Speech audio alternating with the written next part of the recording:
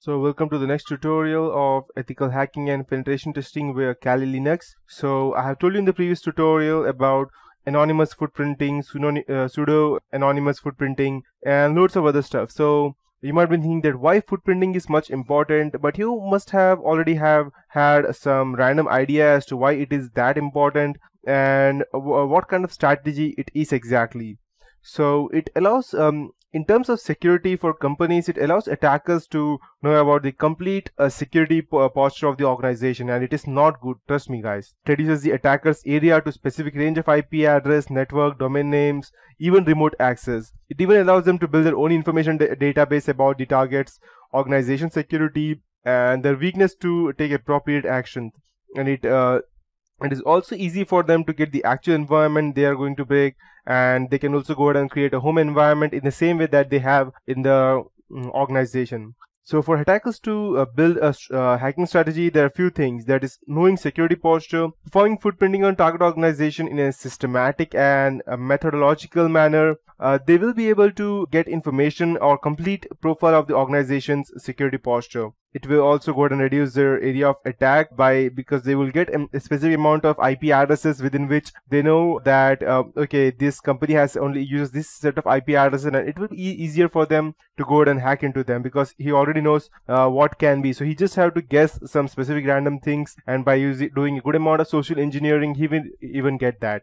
After that, we have building information database. As I told you, going ahead and creating a virtual network at home based on the similar organization structure. And then finally drawing the network map, that is combining footprinting techniques such as tracert tool, which allows the attacker to create network diagrams of the target's organization network presence. This map allows or this map network represents the understanding of the target's internet footprint, and these network diagrams can also guide in the attack. So coming back to the next point, there are a few objectives of footprinting.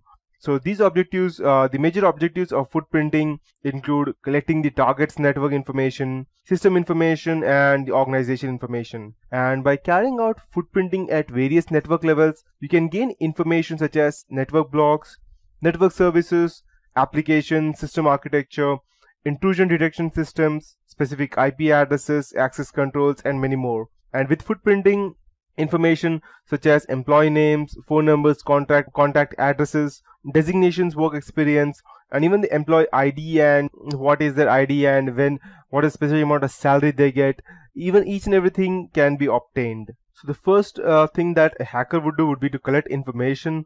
That would be its objectives. The network information can be gathered by performing a Whois database analysis or trace routing, and it includes domain name, internal domain names, network blocks, IP addresses of reachable system, rogue websites or private websites, TCP and UDP services that the company is running, their access control mechanisms, that is ACLs, and networking protocols, VPN access points, intrusion detection system and how they detect and how they are running on which protocols, analog or digital telephone numbers, authentication mechanisms, and system enumeration. So these things come under the collecting network information.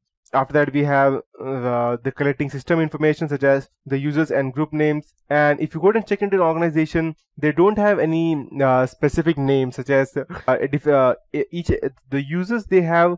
The username is almost the same. Let's say for my PC, let's say if the name of my company is let's say XYZ, or let me take a specific random name, let's say Mercedes for example. So the name of my company is Mercedes. So the name of the system's users would be Mercedes 1, Mercedes 2, Mercedes 3, and or Mercedes hash PRO1, Mercedes hash PRO2. So it's quite easy to gather. Even if you get one specific user's name, it will be easier to guess the other user's name. And by that you can also get the group names, system banners, routing tables, their SMP information, system architecture as to which system they are using, and they will be able to go ahead and try to override the hardware by if they get access to the hardware, then getting remote access to the system machine, system names, and passwords. So after they collect the system information, that final thing would be to gather the organization's information, which would be the employee details, organization's websites, company directory, location details, addresses, phone numbers, backgrounds of organization, news articles, and all these things. So till now I have discussed the footprinting concepts. Now I'll go ahead and discuss what are the threats that footprinting gives you. The footprinting threat section familiarizes you with the threats associated with footprinting such as social engineering, system and network attacks, and corporate espionage. These include attackers gathering valuable system and network information such as account details, operating system, installed applications, network components, servers, and many more. And these finally lead to business loss. So the first and the foremost important thing would be social engineering, because it is if any other attack fails, such as let's say if you have an updated Windows 8, or if in your PC, organization you're not at all using any version of Windows, which is quite not possible, but let's say to be secure you're only using Linux, so that you don't have to let's say worry about any person hacking your organization. Or if you have applied each and every patch of Linux, Ubuntu or Fedora, whichever you're using, or even Red Hat, but still hackers can gain access via social engineering. So what is social engineering? Social engineering means without using any intrusion methods, hackers can directly or indirectly collect information through persuasion or any other means, and the crucial information gathered by the hackers and the employers without their consent. So this is a very unique method. Let's say, for example, you are working in an IT company, or you're working, you are just a normal, let's say, normal person working in a company, and one day you are at home, and some random day you just get a call stating that if the person may have gathered already your, let's say, your user ID, or not user ID, he may already have your employee ID. Yeah, he may have gathered there by just looking over you when you're just going ahead and crossing your subway line on the road, and he has your employee ID. So he will just call you and tell you, hello sir, I'm calling you from this company. That means the same company in which you are working. Let's say your name is Adam and you're working for an XYZ company, and this guy sees you and he wants to hack your organization, and so he gathers all the information. So he sees you passing on the road with your ID in your neck, and your employee ID is ABCD@123, let's say, for example.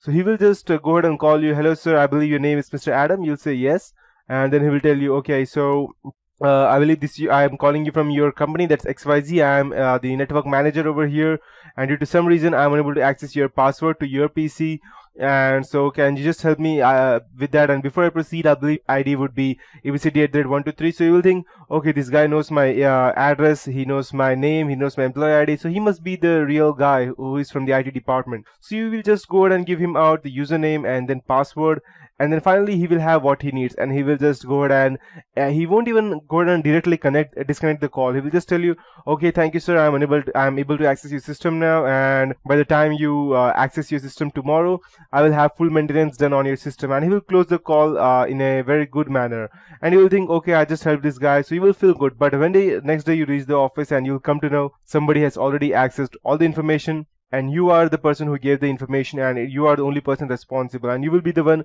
who will be serving jail time, or perhaps you may not even get another job because of your insecurity that you performed.